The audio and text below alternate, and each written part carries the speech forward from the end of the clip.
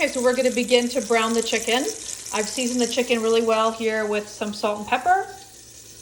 And if you're using just boneless thighs for this, you're doing the same process. You're browning the chicken, just like this. I did a coating of olive oil and butter in the pan here. So once this, I'm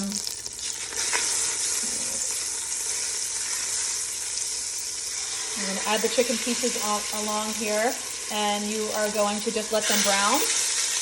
Give them a little bit of space. We'll do this in batches. Then we'll let those brown, and then we'll check them in a minute or so. Well, probably like 2 or 3 minutes. It definitely needs time to brown. So the chicken's browning nicely. I just added some more. I feel like there's still enough fat in the pan. I don't need to add any additional. See, it's got some nice color. So just keep going. Just be patient. You're getting all that nice flavor on the bottom of the pan, which is good. So the chicken browned nicely. As you can see it here.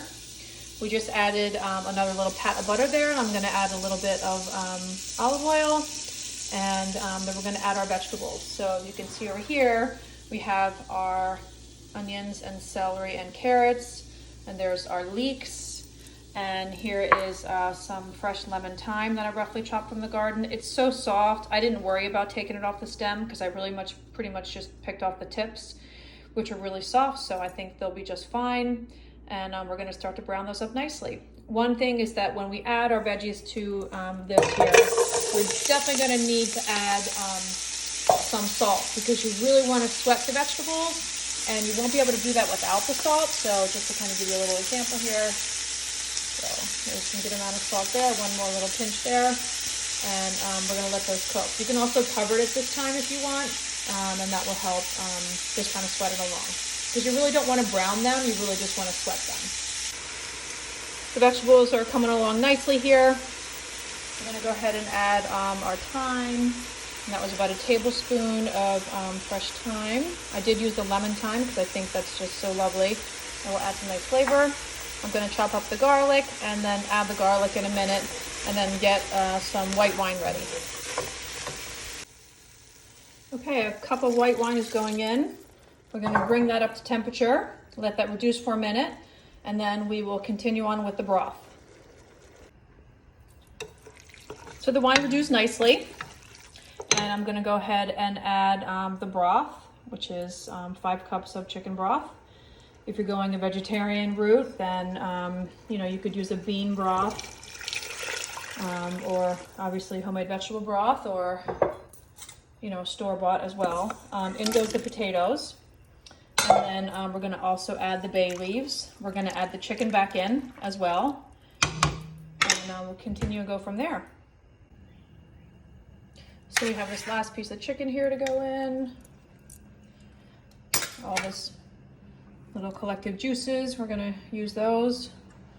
I'm not going to forget that. And then our bay leaves.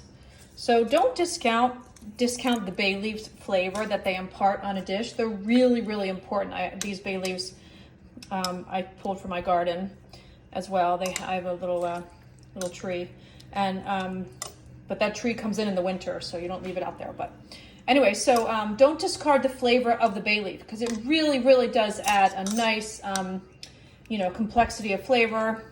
So the chicken broth went in. We're going to let this come to a boil, and then we're going to turn it. We're going to cover it and let it simmer. And then if you're using the chicken thighs, then you're just going to take your potato masher and kind of crush it all up. But we're using the whole pieces of chicken, so we're going to wait till they, kind of fall off the bone, and then we're going to pull them out and just easily shred them up and put them back in. Let's take a look. Okay, that's a nice boil, so I'm going to turn it down just to kind of medium low and just let it set. I'll check it in 15-20 minutes. Okay, so I took the chicken out. I'm going to just kind of shred it up. It should, kind of fall apart pretty easily here. It was about 45 minutes. And you can see it's kind of coming apart, very easily. So I'll stick it back in. But in the meantime, I'm just taking my little potato masher here and kind of like all those big chunks of potatoes, I'm I'm kind of smashing them up a little bit. I just want to create a little bit of a thicker texture. And because we made this kind of very clean, we didn't add any gluten, you know, any flour or anything. So just giving them a little mash. You can see how it's already, you know, kind of giving it some really nice texture here. I don't want it, you know, not all of them, but it just, you know, kind of creating that nice, you know, inconsistency. So looks pretty good. Next, we're going to add the chicken. The chicken shredded up nicely.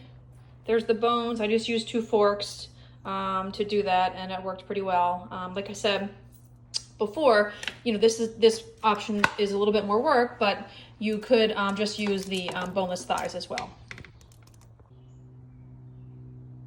Okay, so here is the lemon zest, the peas, the dill, and the parsley, and the lemon juice. Give this a good stir here.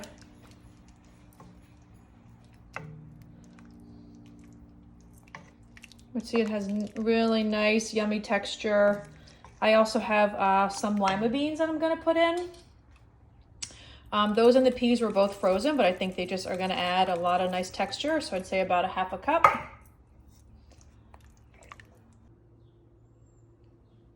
So I almost forgot to add the greens to the stew. So we have here some kale and spinach from the garden. Nice big spinach leaves here, and as well as kind of some baby kale leaves. So I'm going to slice those up gently and then add them to the stew as well. So we've added the greens, and I'm just going to let that continue to stir and cook, but you can see it has a really nice consistency, and that really comes from the starch from the potatoes and all of the really too, all the collagen from the chicken and from using the bones. But you know, so it looks good.